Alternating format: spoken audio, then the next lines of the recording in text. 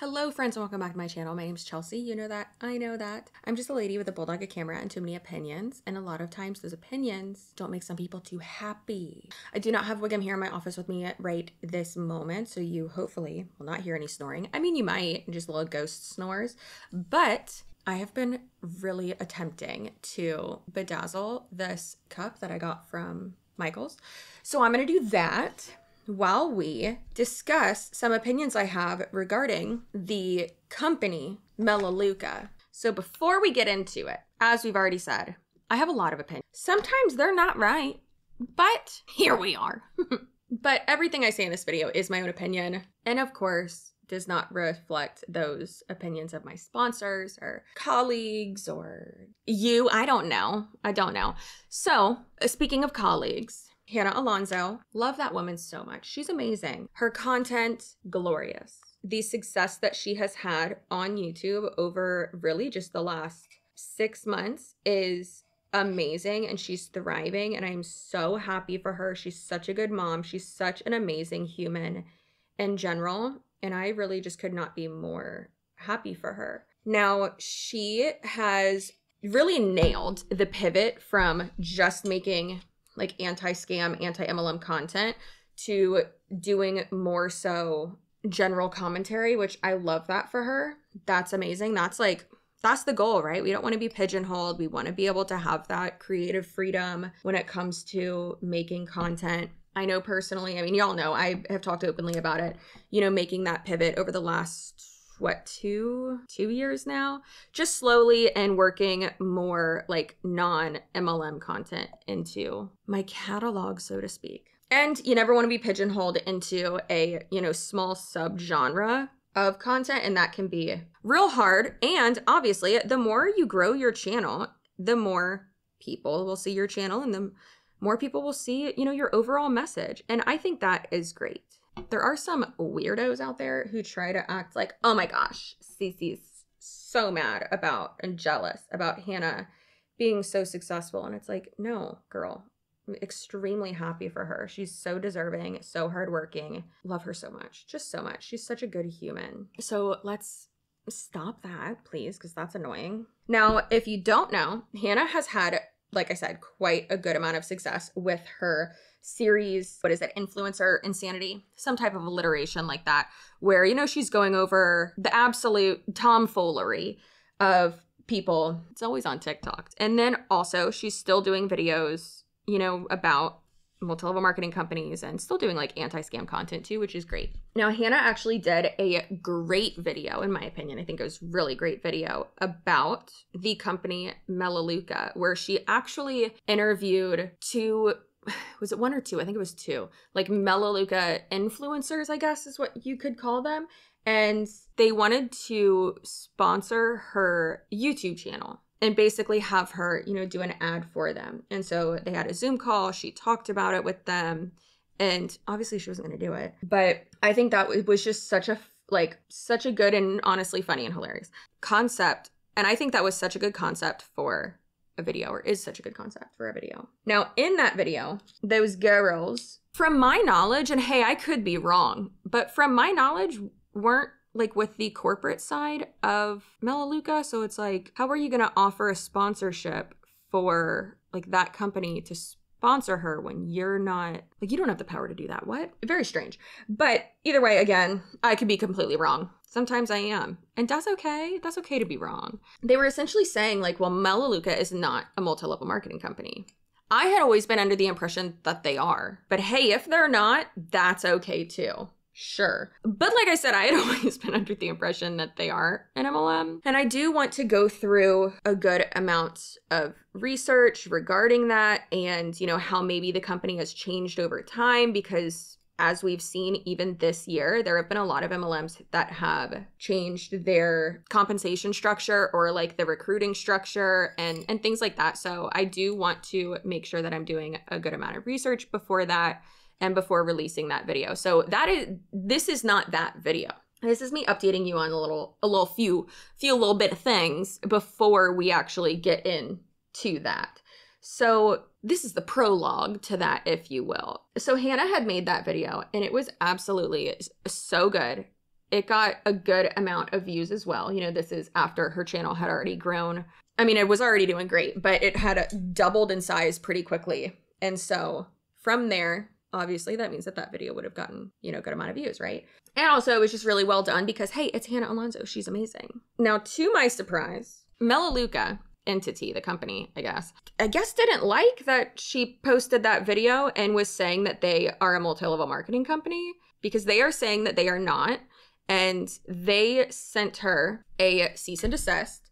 And then from there, a lot of times, and just really all too often, when you're making videos about a company or whatever, like many times more often than not, cease and desists are sent just as a scare tactic. I know I personally typically ignore all cease and desists. There's only been one that I actually didn't ignore, that I actually complied with, which now I've actually gone back on that because I was in the right after all. And that company has far too much going on right now, and they know that it would just be, I'm talking about money right now.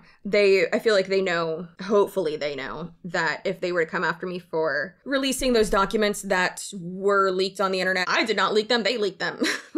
I just put it on my channel. So if they were going to do that, it would be even worse for them. I mean, maybe not, because it doesn't really seem like they're super self-aware or very much into like self-preservation at this point, because, you know, them money girlies is crazy. The ultimate money girlies, which is daddy and baby money. So they are absolutely unhinged over there. So a lot of us creators are, I feel like, pretty used to, at least I am, used to getting cease and desist and just ignoring it. A lot of times, again, like I said, it's just a scare tactic. Hannah had made a reel. She had made a reel that Melaleuca had like sent her a cease and desist or something like that. And I really was just under the impression like, oh, like they're just trying to scare her or whatever. And they're not gonna like go forward with anything. Come on, like she uses protective language, all that. Like, what are you talking about? In my opinion, yes, it was still a scare tactic, but they went further and she was served papers. That's just so crazy to me. So I guess the point was that they didn't like, and we'll go over the paperwork and everything, but I guess the point that they didn't like was that Hannah was saying that Melaleuca is, in fact, a multi-level marketing company. That is one thing as well that the reps were saying that it isn't. In that video, she's like, no, but it is. Like, what are you talking about? And that's really one of the aspects of that video that was like so good and really so enticing, because it's like, how are you going to say it's not and try to sponsor someone who makes anti-scam content? Like, how delusional are you? So wild. But Melaleuca did not like that. So yikes. And I feel like I should say allegedly, but like it was filed, right? I remember seeing it. It was filed. Hannah was served, unfortunately. Now, so many of y'all have reached out to me and have been freaking out and being like, please check on Hannah. Y'all, she's okay. She's fine. But a lot of people, I mean, rightfully so, were very concerned when Hannah put out a video basically retracting things that she said in her video about Melaleuca. And even just watching that video, the retraction video, anyone who watches Hannah's videos instantly would be like, that doesn't sound like her. Like, that's literally not how she talks. That's like, the cadence is wrong. It's not something that she would say. Like, what is this? And so many people were like, oh my God, are they holding her hostage? Are they holding her at gunpoint? And one thing that even was really funny is a lot of people were like, the plant that's in the background of her videos is on the wrong side. Like, this is clearly a cry for help. I thought that was so funny. From what I know, Hannah is okay. For legal purposes, I do want to say, Hannah has not enticed me to make a video about this. Hannah and I have, like, on a personal level, I know she's doing good, right? And she has not paid me, bribed me, asked me to make a video about this at all. You hear that, Frank? She didn't tell me to do this. But a lot of people, rightfully so, were concerned because they were like, why would Hannah say these things? Like, that's not like her. Like, going back on what you're saying, like, there's a difference between making like a correction and then saying the things that she's saying. And it's just, again, not like her. And I agree. And what I'm about to say, I do not know this to be true. But being in this industry, I do know that my theory that I have has happened before. So just based on that, this is my theory. Again, I could be completely wrong. But what I think happened is that Hannah was served. They were suing her. And in order to have them drop it, listen, as much as us YouTubers, a lot of us would like to be like, oh yeah, I'm gonna fight it. It realistically would have cost her, in my opinion, I don't know if this is true, it most likely would have cost her over upwards of like $800,000 to fight it. I think, at least. And that's crazy. That's a lot of stress. And absolutely, yeah, sure. Do we think that if, you know, we're in that spot that we would want to fight it, that we think that we would? Sure, absolutely. But when you're in that spot and you have a young child, an infant / toddler, your spouse is deployed, mine isn't, Hannah's is. That's a lot of stress. I don't blame her if this is the case that she would have made a retraction video. But a lot of times what can happen, again, in this industry, I don't know if Melaleuca did this, but in this industry, a lot of times what can happen is that when you are, you know, in conversations of discussing, you know, how a retraction would go and all that, it's not just, okay, put up an apology video. No, it needs to be to the standards, so to speak, of the person who's suing you or whatever, right? So what I think happened is that these people are idiots, in my opinion, and don't understand that this is the Streisand effect, and that her followers would, or anyone watching that video would know that, hey, these aren't things that she would ever say. This is not her cadence. This is not organic at all. This is not anything that she would ever say. Like, this is weird. And in my opinion, watching that video, it really does sound like the company like asked her multiple times to redo it, or, you know, maybe had her read off a specific script.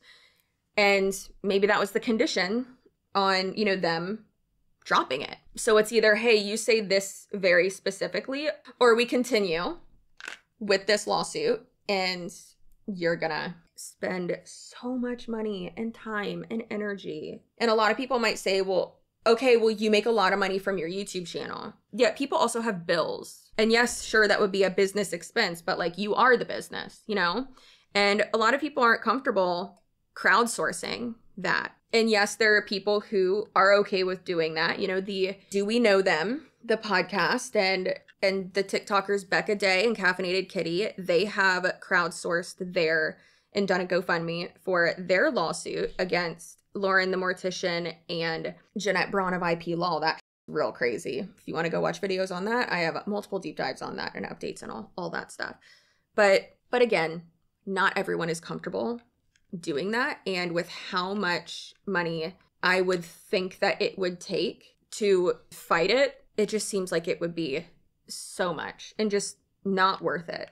And that sucks. Now, as I mentioned, this, in my opinion, was very much so the Streisand effect, and continues to be the Streisand effect, where the company is actually drawing more attention to this like negative aspect of it. Not negative aspect of the company, but negative press, so to speak. So if you're unaware what the Streisand effect is, what are you doing here? But the Streisand effect is basically when you try to stop something from happening or silence something, and due to you doing that, it has actually the complete opposite effect. And it ends up getting way, way, way more attention. The reason why it's called the Streisand effect is because in 2003, American singer and actress and icon Barbra Streisand sued photographer Kenneth Aldman and Pictopia.com for $50 million for violation of privacy. The lawsuit sought to remove image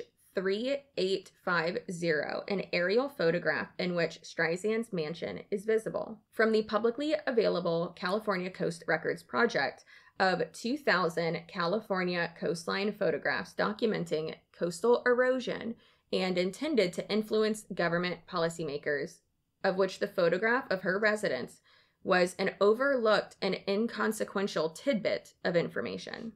The lawsuit was dismissed and Streisand was ordered to pay Aldman's $177,000 in legal fees for his attorney. Image 3850 had been downloaded only 6 times prior to Streisand's lawsuit, 2 of those being by Streisand's attorneys.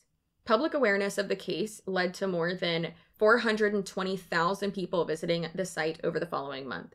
2 years later, Mike Mansnick of Tech Dirt named the effect after the Streisand incident when writing about Marco Beach Ocean's resort's takedown notice to urinal.net, a site dedicated to photographs of urinals over the use of the resort's name. He said, "How long is it going to take lawyers before they realize that the simple act of trying to repress something they don't like online is likely going to make it so that something that most people would have never even seen, like a photograph of a urinal at some random beach resort, is now seen by many more people? Let's call it the Streisand effect." Now, technically in this case, they aren't driving more people to Hannah's specific video about Melaleuca because she did remove the video. So, you know. But I would think that more people talking about it and more people wanting to support her due to this, in my opinion, act of suppression would really have an opposite effect there. One thing that I really am interested in is to know if those two Melaleuca representatives or independent contractors, whatever their title is, I don't know, if they got in trouble. Because it's like, aren't y'all the reason why this started? Like, y'all can't just go around asking YouTubers. You don't have that deciding power. That's very interesting. So just another disclaimer again.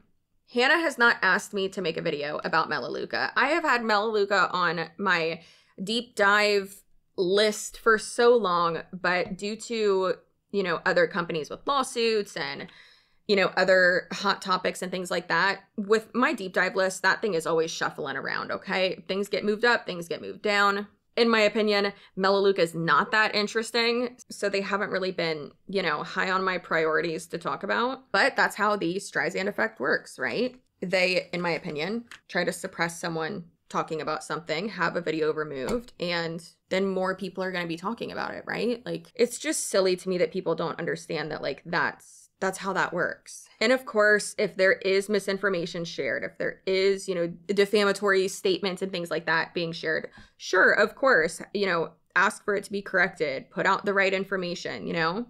But I am personally not of the belief that that's what happened. And hey, I'm not a lawyer. I'm not a doctor. As I have said for quite a long time now, I'm just a lady with a camera, okay? Like, I'm clearly not a professional. I'm bedazzling a tumbler cup while I'm making this video. Professional journalist couldn't be me. So we get it, right? This is all my own opinion and no one's forcing me or asking me or paying me or, you know, doing whatever to have me make a video in defense of anyone, right? We got it. Are we good? It's all my own opinion. Acting on my own accord. Great. Thanks. So color me surprised when I got an email last night from a Tony Lima with the subject line, "A message about Melaleuca and Frank Vandersloot." No offense to anyone with the last name Vandersloot, but that is the most Caucasian last name I've ever heard in my life. So when I saw this, I was in bed because I'm irresponsible and I don't check my emails often. However, I was under the covers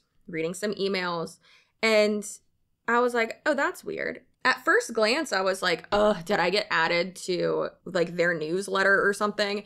Because there are many times where I am added to like Monite's newsletter, or, you know, I get random emails like that from like MLMs or just, you know, stuff like that. So that's what I thought it was. And then I open it and I see the absolute hilarity that is within this email. Oh, I'm sorry. Did I call it an email? This is a novel. Herman Melville could never. Absolutely a dissertation. This is so obnoxiously long and insane. I read maybe the first few sentences. I don't even want to say the first paragraph, but it's such a weird move to do this. So we're not going to go through the whole thing because holy shit, do I not want to. So I posted a little bit of this on Instagram and a bunch of y'all were just going crazy about it. So I was like, guess I got to make a video. Thank God, because I got a lot of sponsors this month. So this is from Tony Lima. He is the Vice President of Public Relations at Melaleuca. And yes, it is real, hence the Melaleuca.com. Hello, Miss Suarez. Again with the miss. Let's put some respect on my name. We noted from your recent social media post that you may quote, do a video going over all of the lawsuits the CEO of Melaleuca has been involved in. We trust that you plan to be accurate in your reporting. Here's the thing. I don't think I said that in my Instagram post about this. Because, like, I did an Instagram post and I was like, yes, Hannah's okay, blah, blah, blah. And then in the next slide, I said, also, Melaleuca, you're next, right? Which sounds real ominous, but just meaning, like, you're being bumped up the deep dive list, right? The weird thing is that I'm pretty sure that was, like, a response to a comment that I made on YouTube or somewhere. Like, it wasn't it just right when I read that, I was like, what? When did I say that? But then I was thinking, I was like, oh yeah, I was talking to someone and they were like, yeah, this person seems like real litigious and, oh, you should do like a video on their,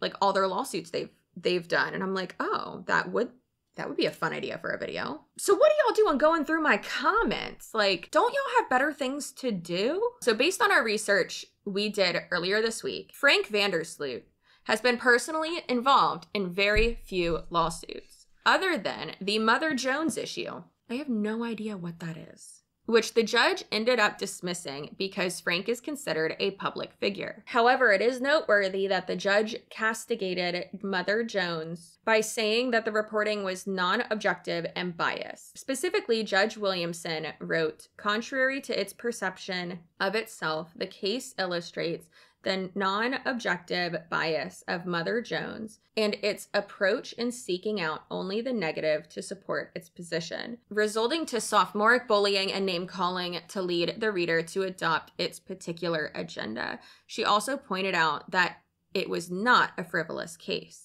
Thanks for letting me know, buddy. I mean, now I guess that's great because do I need to reach out to him for for a statement? I mean, I guess this is his statement. What we also found in our research is that although Frank is not personally involved with very many lawsuits, he has been extensively involved in providing funds for average citizens to defend themselves in lawsuits against unscrupulous attorneys and where they do not have the funds to defend themselves. Who are you trying to convince? And it just goes on and on to basically, in my opinion, to talk highly of Frank Vanderwoodsen, if you will. Do you think I'm going to read this and be like, you know what?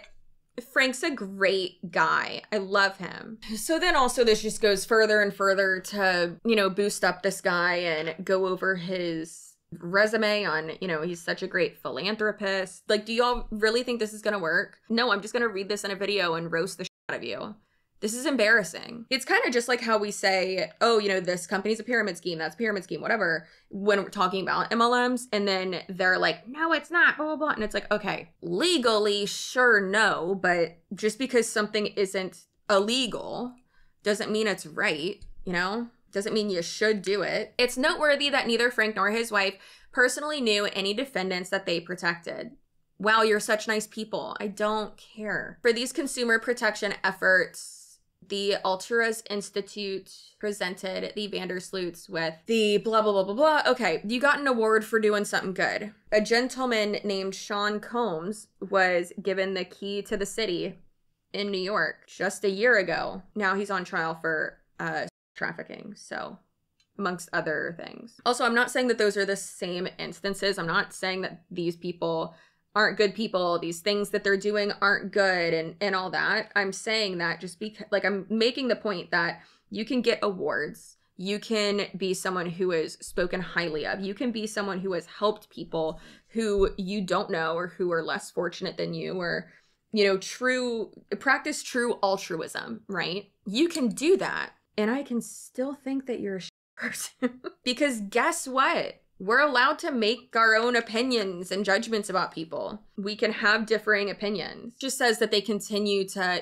help so many people. In addition, it is noteworthy, is it? Because you said noteworthy a few times now, that Forbes magazine has repeatedly named Melaleuca as one of the best companies in the USA to work for. Forbes has also named Melaleuca one of the best companies in America for women to work for. Did y'all pay for that? I'm not suggesting that you did. I'm simply asking a question. Did you pay to be on those lists? Because I don't think that that's very valid. Monty is on some of those lists too from Forbes. And you can, like, it has been confirmed. I'm not saying that they did this, but it has been confirmed before that companies will pay to have their products featured on certain lists in different publications simply so that they can say things like that. And then it goes over the, like, it's so great, the Better Business Bureau. I personally am of the belief that the Better Business Bureau is like dog shit as well, because apparently I have heard from people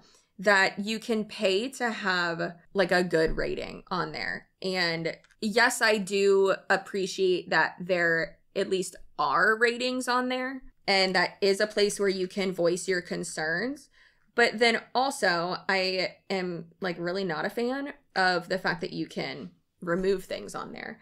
And of course it does suck when you are like review bombed and stuff like that. But I don't know. I don't like the idea of like paying for good reviews or for certain reviews to be taken down. Of course, yes, if you're being like review bombed, I do think that there needs to be a way to address that and like remedy that. Salvation Army and American Red Cross have publicly acknowledged Melaleuca's contributions many times and have awarded Melaleuca and Frank with their top humanitarian awards. The list of Melaleuca's achievements and public awards goes on and on. Hey, guess what, Tony Lima? I didn't ask for that. I don't care about that. In addition, Melaleuca has been a strong financial supporter of the National Consumer League that goes after fraudulent businesses. That's awesome. Cool. Super cool, man. I love that. That's great. I do think it is interesting though too, because it's like, all right, well, y'all are, doing that and that's great. But also there is that lack of accountability for the reps though too, because there is that degree of separation to a certain point between the company and its independent contractors, the salespeople. And so I just think that's really interesting because they're like, well, the company does this and the company does that. And it's like, okay, well, what happens when these representatives for you are, making all these claims and stuff? Like, then what? Throughout its 38-year history, Melaleuca has consistently fought against the unscrupulous, I love that word, and damaging practices of MLM marketing companies. Here is just one example. Melaleuca is a member of the Direct Selling Association. Red flag. Ugh. Wait, so if Melaleuca is a member of the Direct Selling Association, how are they not an MLM?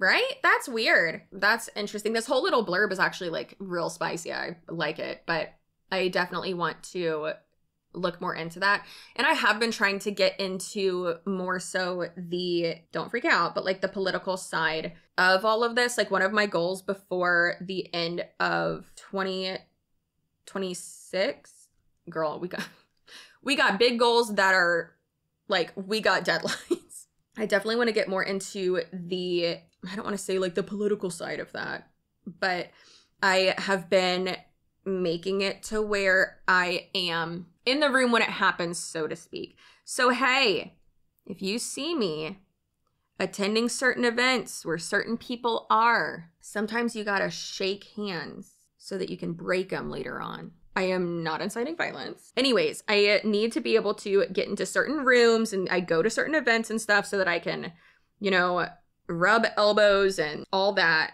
make certain connections so that I can try to make a difference with this type of like consumer protection, and not just MLMs, but like internet scammy, just consumer protection as a whole, especially when it comes to the internet. So I'm definitely trying to make some happen. So this aspect of the email is something that I actually do find really interesting. So I honestly would be more interested. I don't care about all the other, okay, Tony Lima and Frank, suck your butt face. I don't care about all that. That's not the point. This aspect, I'm quite interested in. And it says, attached is an article written by Frank Vandersloot in The Hill, a highly respected political publication in Washington, D.C. Cool, great. Thanks for that little tidbit. In this editorial, Frank heavily criticized legislation that the Direct Selling Association and its MLM members were trying to pass. Can anyone be a part of the Direct Selling Association? Can I get in there? Can I? I'll wear a mustache and go in there. As a result of this article and Melaleuca's extensive lobbying efforts against the DSA proposed legislation. Senator Blackburn removed her support and the legislation failed. Yay! That's good. I don't know what the legislation was, so I need to look into that. As retribution, the Direct Selling Association barred Melaleuca from any of its meetings. We believe that these facts and others that Hannah reviewed in depth over several weeks are what changed her view of Melaleuca and inspired her to post a retraction video. Girl, inspired?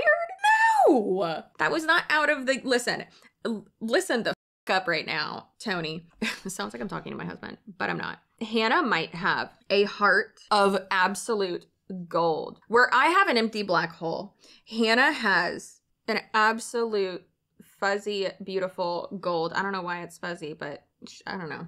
Heart of gold, okay? However, she was not just magically inspired to make a retraction video. Hannah spent a great deal of time with members of our management team asking questions and getting to know us. She also spent several hours doing her own research, and we are grateful that she changed her opinion about us. It is unfair of you and others to suggest that her video was insincere. Those who know Hannah, do you know Hannah?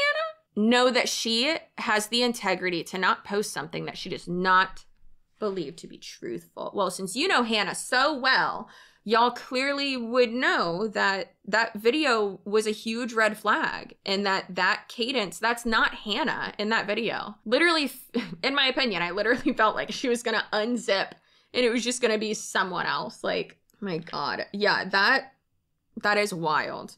But yes, Tony Lima, you definitely, the people at Melaleuca 100% know Hannah better than I do. If y'all would have just left it alone, like it would have been so much better for y'all. But now here we are, right? And guess what?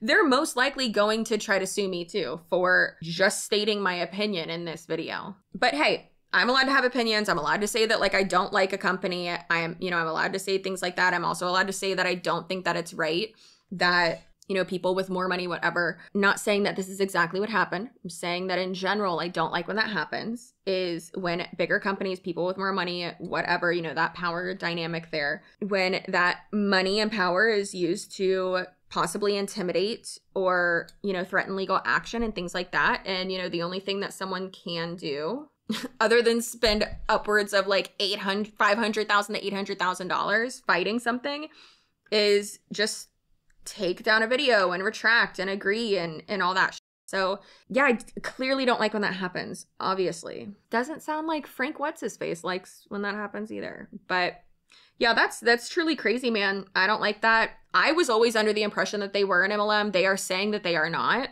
Interesting. I don't really understand that because like, don't y'all have the recruiting aspect of it? Do not harass anyone, send hate to anyone, any individual public figure or not.